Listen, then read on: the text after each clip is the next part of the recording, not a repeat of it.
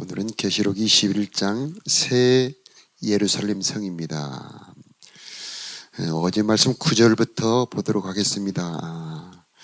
7 천사 중에 하나가 나와서 내게 말하되 이리 오라, 내가 신부 곧 어린 양의 아내를 내게 보이리라 하고 10절에 성령으로 나를 데리고 크고 높은 산으로 올라가 하나님께로부터 하늘에서 내려오는 거룩한 성 예루살렘을 보이니.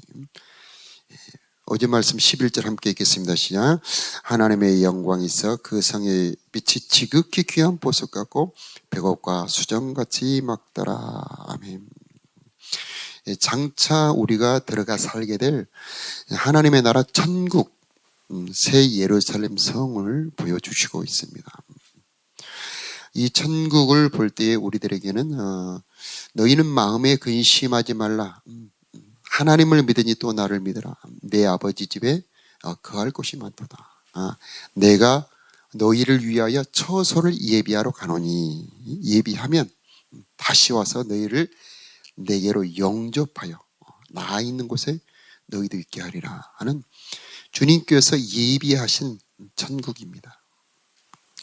이 천국을 볼 때 우리에게는 근심과 두려움을 버릴 수 있게 되고 소망을 가질 수 있게 되는 겁니다. 자, 그런데 신기한 것은 여기서 어린 양의 아내를 보여주리라 하고 이렇게 신부 드레스를 입은 사람을 보여주는 것이 아니고 성을 보여주고 있다는 것입니다.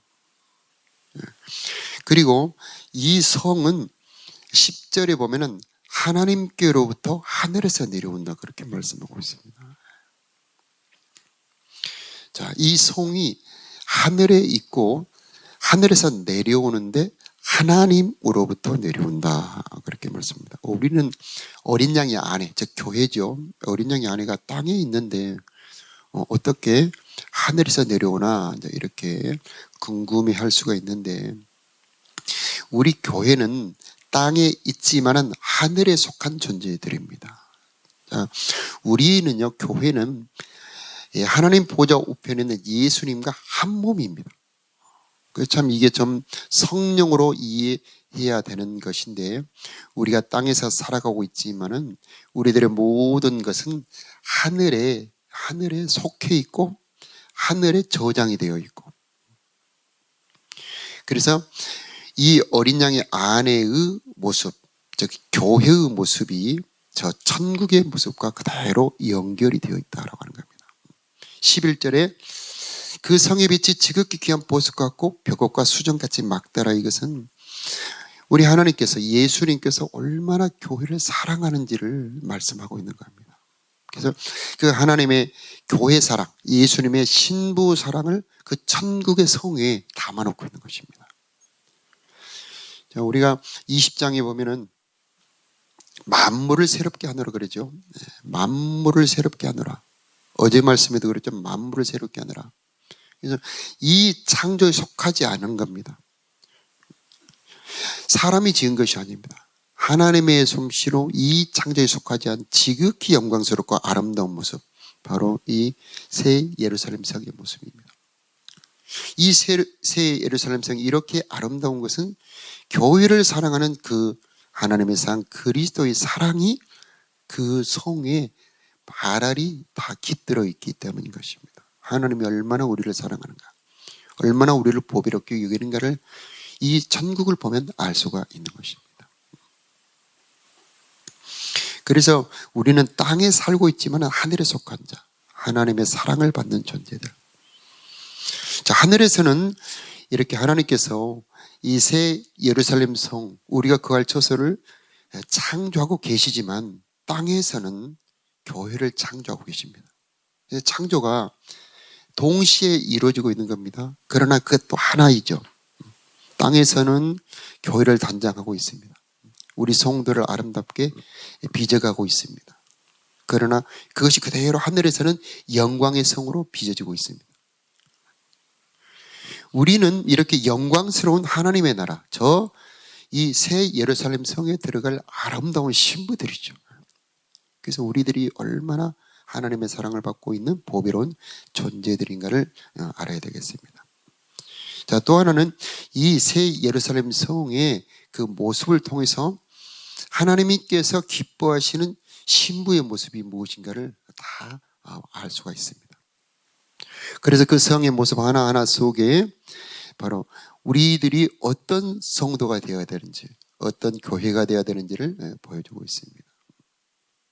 자, 12절에 보면 오늘 12장, 21장 12절에 보면 크고 높은 성곽이 있다.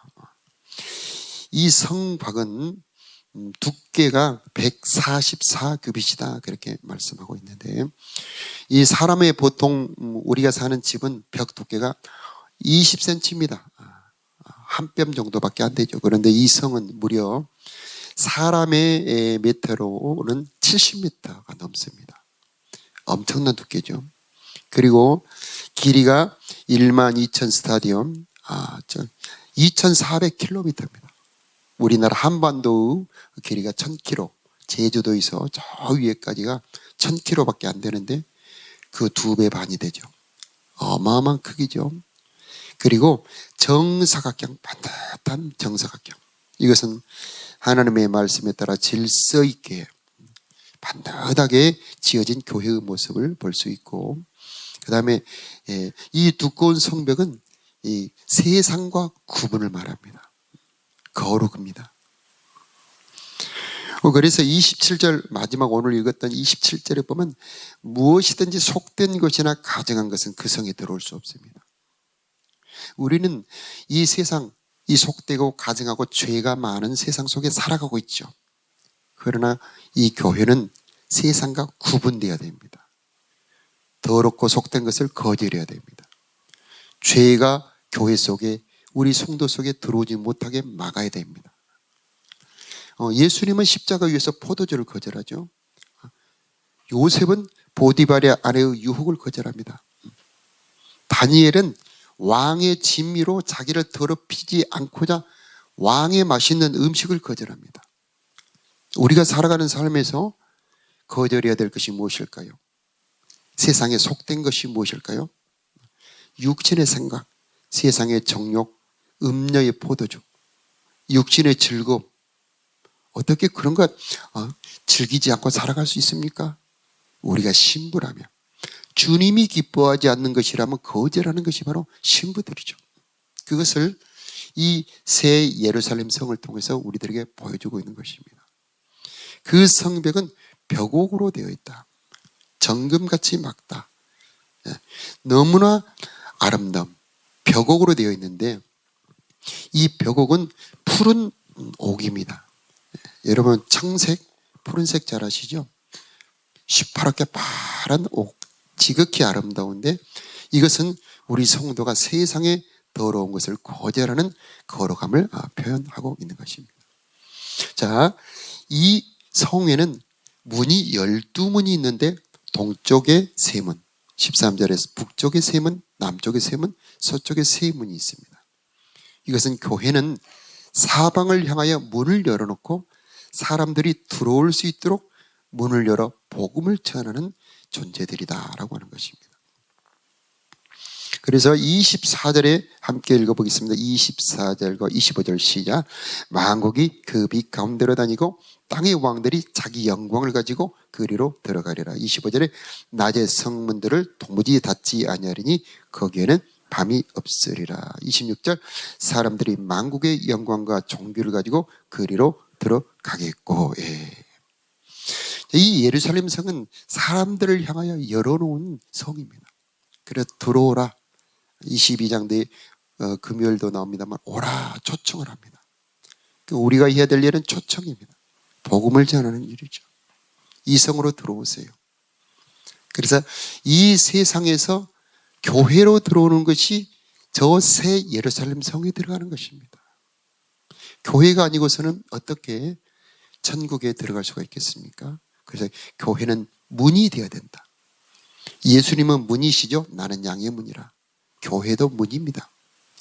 사람들로 하여금 하나님의 나라 천국에 들어올 수 있도록 열려진 문, 그리고 나 자신도 복음을 전하는 자, 그게 바로 이 천국의 모습, 교회의 모습이 되는 겁니다.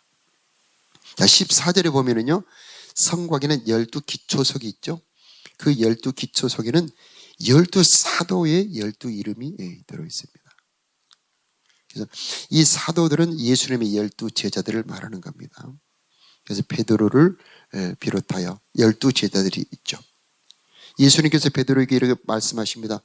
너는 베드로나 이 반석 위에 내 교회를 세우리니 음부의 권세가 이기지 못하리라.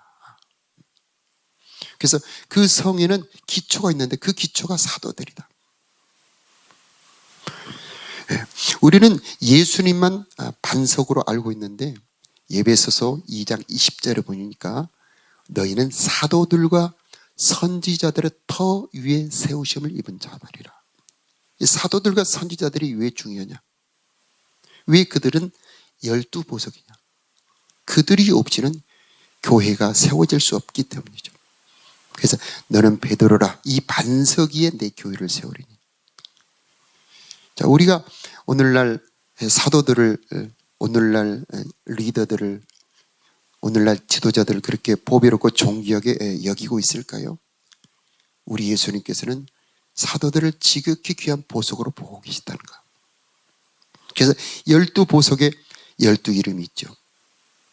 구약에 보면은 제사장이 이렇게 예봇을 입고 있는데 그 예봇의 가슴에 흉패가 달렸습니다. 거기에는 12보석이 금판에 이렇게 딱 새겨져 있는데 거기에는 그 12보석이 물려 있습니다. 그 12보석에는 그 12지파의 이름이 다 새겨져 있어요. 야곱의 12아들의 이름이 기록이 되어 있습니다. 그런 것처럼 예수님께서는 그 사도들을 가슴에 품고 보배롭게 그 이름을 품고 있다는 것이죠. 그래서 나의 이름도 예수님의 이름에, 예수님의 가슴에 새겨진 보석으로 달려있다는 것을 기억을 해야 됩니다. 자, 이것을 또 우리들에게 적용을 한다면 제사장들, 자, 우리 교회의 리더들은 사랑하는 제자반의 식구들을 사랑하는 마음으로 가슴에 품고 있어야 된다고 하는 겁니다. 자, 무엇이 천국이냐? 무엇이 천국이냐? 바로 내 이름이 보배롭게 기록되어 있을 때 바로 그게 천국이 되는 겁니다. 자, 16절에 보면 네모 반듯하죠. 우리들의 삶에 질서가 있어야 된다는 것을 말하고 있는 것입니다. 자, 17절에는 성곽을 측량하니까 144규빗이죠. 이 벽이 정말 우리 필요 이상으로 아주 두껍다는 걸 알 수 있죠. 세상의 더러움을 구별하는 성도의 거룩함을 말하고 있는 것입니다. 자, 18절에 성곽은 벽옥으로 쌓였다. 푸른 빛입니다.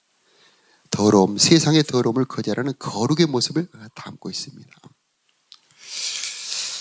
자, 19절부터는 보석의 모습이 쭉 나오죠. 그래서 그 기초석 14절에 12기초석은 12사도의 이름이 기록이 되어 있고 그 12사도들이 그 보석의 모습으로 다 표현이 되고 있습니다.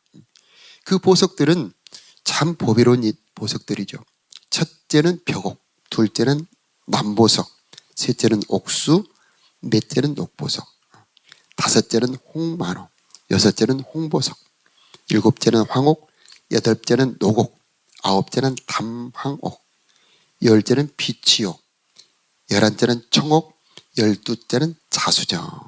자, 이렇게 보배로운 보석으로 기초가 되어 있다. 자, 21절을 한번 보도록 하겠습니다. 그 12문은 시작. 그 12문은 12진준이 각 문마다 한 개의 진주로 되어 있고 그 성의 길은 맑은 유리 정금이더라. 그래서 이 12문은 12진주다. 우리가 잘 아는 것처럼 진주는 조개가 상처를 입었을 때 그 상처를 극복하기 위해서, 회복하기 위해서 보석이 되는 거죠. 자, 이 문은 진주로 되어 있다. 그래서 문이라고 하는 것은 교회를 말하는 건데 교회는 문이 되기 위해서 그 상처를 받지만 그 상처가 보석이 되죠.